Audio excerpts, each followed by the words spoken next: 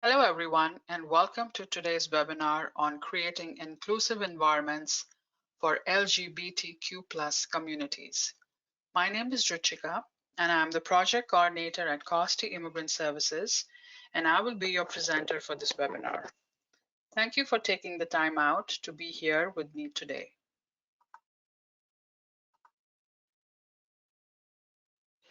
The webinar objectives are to learn about LGBTQ rights in Canada, to learn about LGBTQ inclusive principles, to learn the language. We will also be looking at pronouns and also the Ontario Human Rights Code.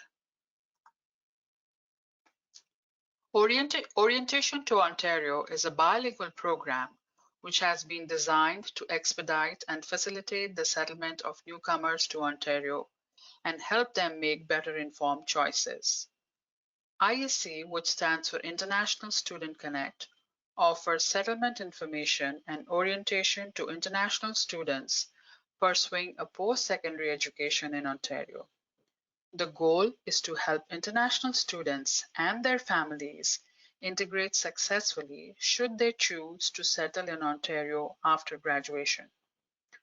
Costi Immigrant Services manages the O2O and International Student Connect programs across Ontario, and this webinar has been brought to you by Costi Immigrant Services. There are three main reasons why we need to learn about LGBTQ+, and why is it important to learn about this. The first one is to create environments that are LGBTQ+ inclusive, respectful, and welcoming, mainly aiming at LGBTQ+ newcomers for them to feel welcome and safe in Canadian society. Secondly is to raise awareness in the general population by providing information about the LGBTQ+ community. To encourage critical thinking, leading to the inclusion and eliminating prejudice. Lastly is to educate newcomers about the human rights for the LGBTQ community and encourage acceptance through understanding. In LGBTQ+, L stands for lesbian, G for gay, B for bisexual, T for transgender, T can also stand for transsexual, 2S stands for two-spirited, and Q stands for queer.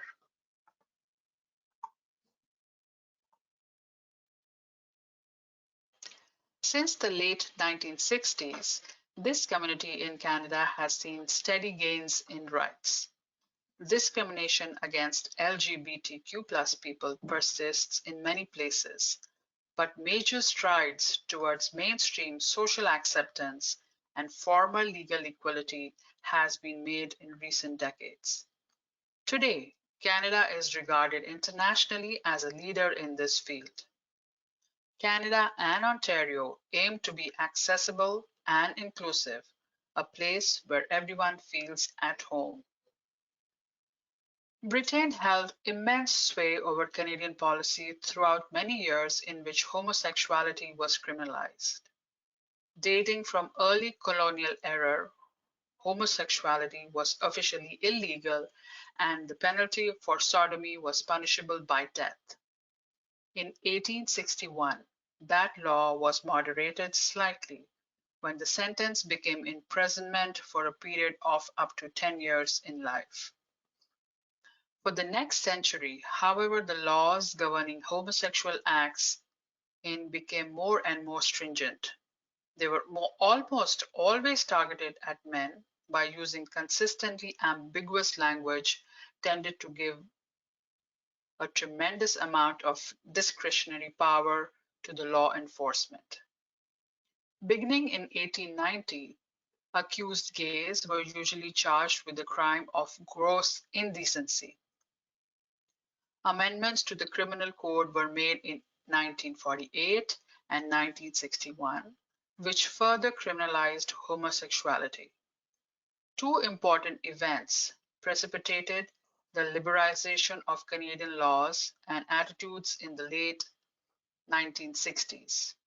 The first of these was the imprisonment of Everett George Crippert, a mechanic from the Northwest Territories, arrested in 1965 on charges of gross indecency. After being deemed a dangerous sexual offender, his prison term was extended indefinitely. The second was the British Parliament's decision to decriminalize certain homosexual offences. Debate on this issue had been escalating in both Britain and Canadian media through the previous decade, following the release in 1957 of a public inquiry known as the Wolf-Eden Report, which recommended decriminalization. In the summer of 1967, those recommendations were finally adopted, and with the Crippert controversy still ongoing, several members of Canadians Parliament began calling for a reform. Gay liberalization in 1970s.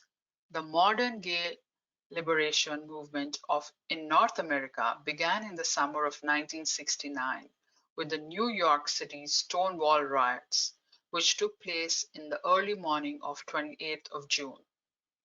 The New York Police Department had attempted a raid on a popular gay bar in the heart of Greenwich Village that night, but the bar's patrons fought back forcefully, resulting in a humiliating defeat for the police and garnering nationwide media attention. On the first anniversary of the riots, marches took place in New York, Boston, Minneapolis, Chicago, San Francisco, and Los Angeles.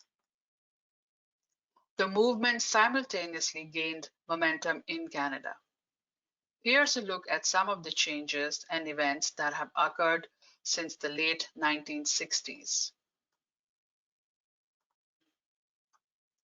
In 1962, Ontario passed its Human Rights Code, bringing together a series of human right protections. In 1967, Justice Minister Pride Trudeau proposed amendments to the Criminal Code which, among other things, would relax the laws against homosexuality. In 1968, Trudeau's proposal, Bill C-195, was amended by his successor, John Turner, and reintroduced as Bill 150. In 1969, the Criminal Law Amendment Act of 1968-69 amended the Criminal Code decriminalizing homosexuality. In 1978, Canada's Immigration Act 1976 went into effect, which removed homosexuals from the list of inadmissible classes. In 1979, the Canadian Human Rights Commission recommends in its annual report that sexual orientation be added to the Canadian Human Rights Act. In 1981, more than 300 men were arrested following police raids at 4 gay bathhouses in Toronto. The next night, about 3,000 people marched in downtown Toronto to protest the arrests. In 1986, the Ontario legislature amended the Human Rights Code to add sexual discrimination as a protected ground. In 1992, the federal court lifted the ban on queer and trans folks in military, allowing them to serve in the armed forces. In 1995, Ontario becomes the first province to make it legal for same-sex couples to adopt. In 1996, the federal government passed Bill C-33, which adds sexual orientation to the Canadian Human Rights Act. In 2000, Parliament passed Bill C-23, which gives same-sex couples the same social and tax benefits as heterosexuals in a common law relationship. In 2003, Ontario begins marrying same-sex couples. In 2005, Bill C-38, the law giving same-sex couples the legal right to marry anywhere in Canada, receives loyal assent, and becomes law. Canada becomes the fourth country to officially sanction same-sex marriage after the Netherlands, Belgium, and Spain. In 2012, Tobey's Act amended the Ontario Human Rights Code, adding gender identity and gender expression as protected grounds. In 2012, Accepting Schools Act amended the Education Act to prevent bullying based on gender identity and gender expression, among other protected grounds in Ontario. In 2014, Disorder 5th edition, the diagnostic label gender identity disorder was replaced with gender dysphoria. In 2015, Affirming Sexual Orientation and Gender Identity Act banned conversion therapy in Ontario. In 2016, All Families Are Equal Act ensures all kinds are treated equally regardless if their parents are queer, trans, or straight, and no matter if they are conceived by assisted reproduction. In 2017, Bill C-16 amended the Canadian Human Rights Act and Criminal Code to include gender identity and gender expression as protected grounds. Canada is a diverse society where people strive to cooperate with each other, learn from each other, and create a culture of openness. Ontario's population includes people from many different cultural and religious backgrounds, with many different abilities, different sexual orientation, and differences of all kinds. Ontario aims to be accessible and inclusive, a place where everyone feels at home. As a newcomer, you will have many opportunities to get to know people from the LGBTQ community. It is your responsibility to be inclusive and to create a welcoming environment where all people are treated with respect and dignity. This includes honor people's names and pronouns, respect everyone's needs and abilities, avoid assumptions, ask for accommodations, speak for yourself and from your own lived experience. Listen, learn, apologize, and commit to change. Understand your privilege. Promote confidentiality and exercise allyship. Allyship is a lifelong process of building relationships based on trust, consistency, and accountability with marginalized individuals and/or a group of people, not self-defined.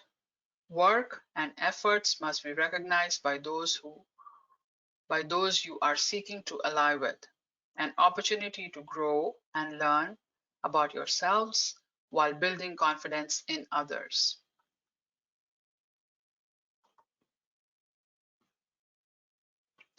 Let's look at learning the words used to express sexual orientation, gender identity, and gender expression in Canada.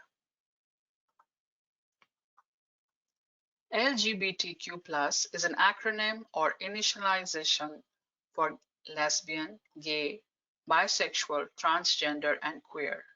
The plus stands for other ways individuals express their gender and sexuality outside heteronormativity and gender binary. This is just one of many acronyms used. Other acronyms are LGBTQ2S, which stands for lesbian, gay, bisexual, transgender, queer, and two-spirited. 2S LGBTQIA+, which stands for two-spirit, lesbian, gay, bisexual, transgender, queer, intersex, and asexual. QTBIPOC, which stands for queer, trans, Black, Indigenous people of color. These initialisms and various terms are always evolving, so don't try to memorize the list. The most important thing is to be respectful and use the terms that people prefer.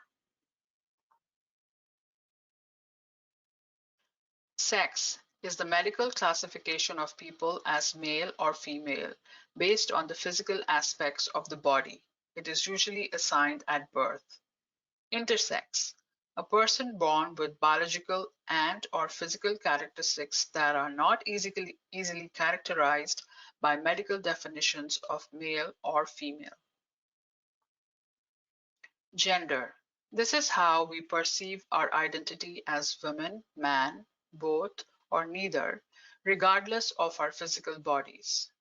Trans, an umbrella term referring to people with diverse gender identities and expressions that may differ from stereotypical gender norms. Cisgender, a person whose gender identity is in alignment with their sex assignment at birth. Genderqueer or non-conforming, individuals who do not follow gender stereotypes based on the sex they were assigned at birth. They may or may not identify as trans.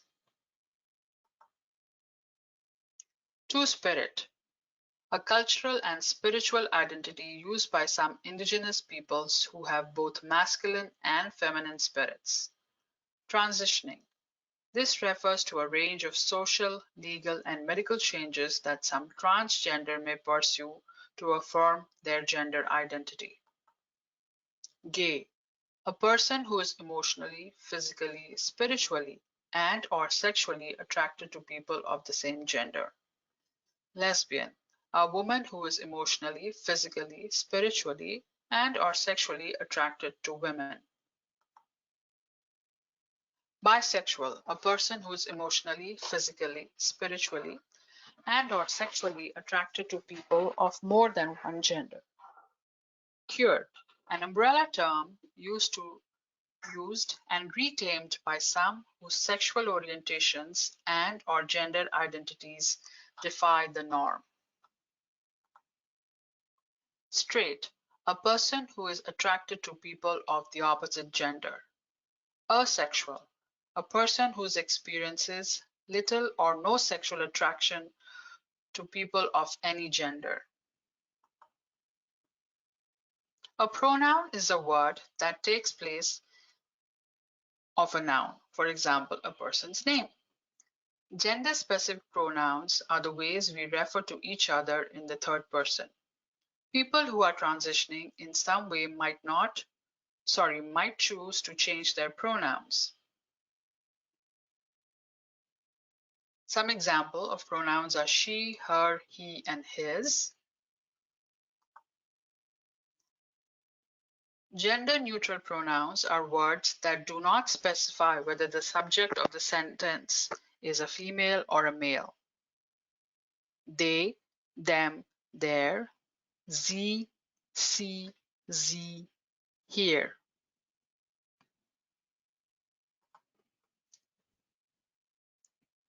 What are the best practices?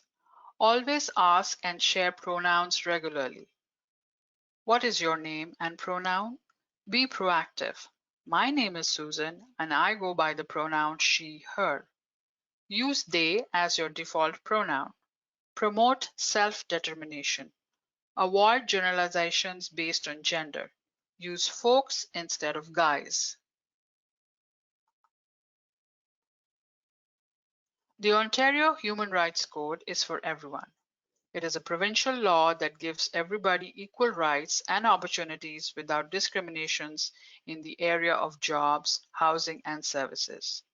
The code's goal is to prevent discrimination and harassment because of race, sex, disability, and age, to name a few of the 17 grounds.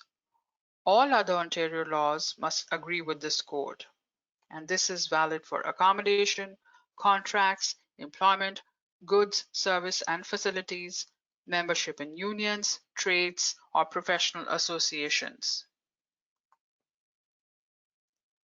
Some of the things which are protected characteristics under the code include race, color, ancestry, creed, place of origin, ethnic origin, citizenship, sex, including pregnancy, gender identity, gender expression, sexual orientation, age, 18 plus, 16 plus in housing, marital status, family status, disability, receipt, receipt of public assistance in housing, record of offenses in employment, and discrimination because of association.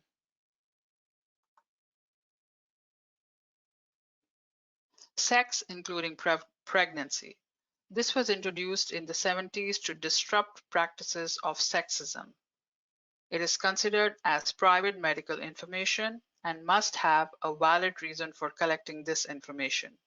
Individuals can now change their sex designation on their government IDs to align with their gender identity. Gender identity. This was introduced in 2012 to address social marginalization resulting from cis-normativity and cis-sexism. This provides equal rights and opportunities based on lived identities.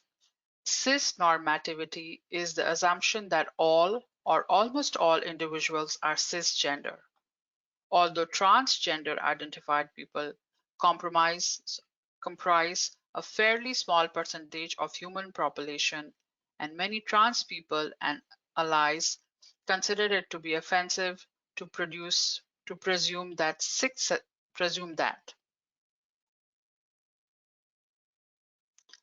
Cissexism is the prejudice or discrimination against transgender.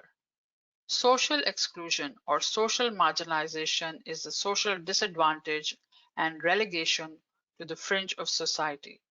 The outcome of social exclusion is that affected individuals or communities are prevented from participating fully in the social, economic, and political life of the society in which they live.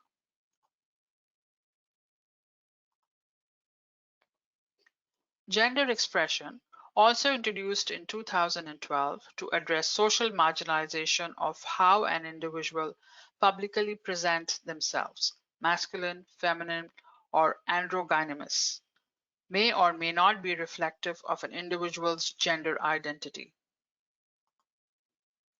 Sexual orientation was introduced in 1986 to address the unfair treatment of queer and trans folks based on homophobia and heterosexism. It's not vital information to be collected of individuals accessing services under the 5 social areas to which the code applies.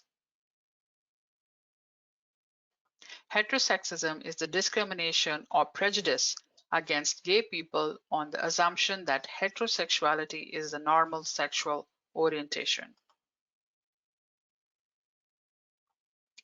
What are the systemic solutions? The first one is education and awareness, and this can be done through webinars, orientation sessions, and of course through websites. Individual and organizational commitment to change in behavior and practices, avenues for communicating expectations, for example, the code of conduct, and use of facilities by service users and change in organization policies, waiting rooms, bathrooms, change rooms, etc. Some of the resources for getting more information and doing some more reading are the Ontario Human Rights Code website, the 519 Agency, and the Canadian Encyclopedia. The websites are listed on this slide. For further reading, you can visit the websites which are mentioned here.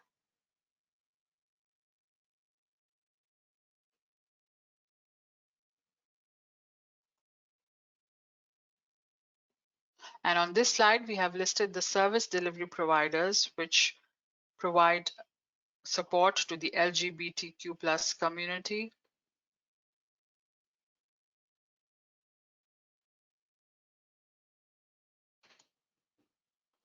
And as mentioned, COSTI has brought you this webinar. COSTI is a community-based multicultural agency with 18 locations in Toronto, the region of Peel and York region. COSTI provides services in more than 60 languages. Last year, over 40,000 individuals, newcomers, and refugees received assistance in the Greater Toronto Area, and Costi manages the O2O and the ISC project.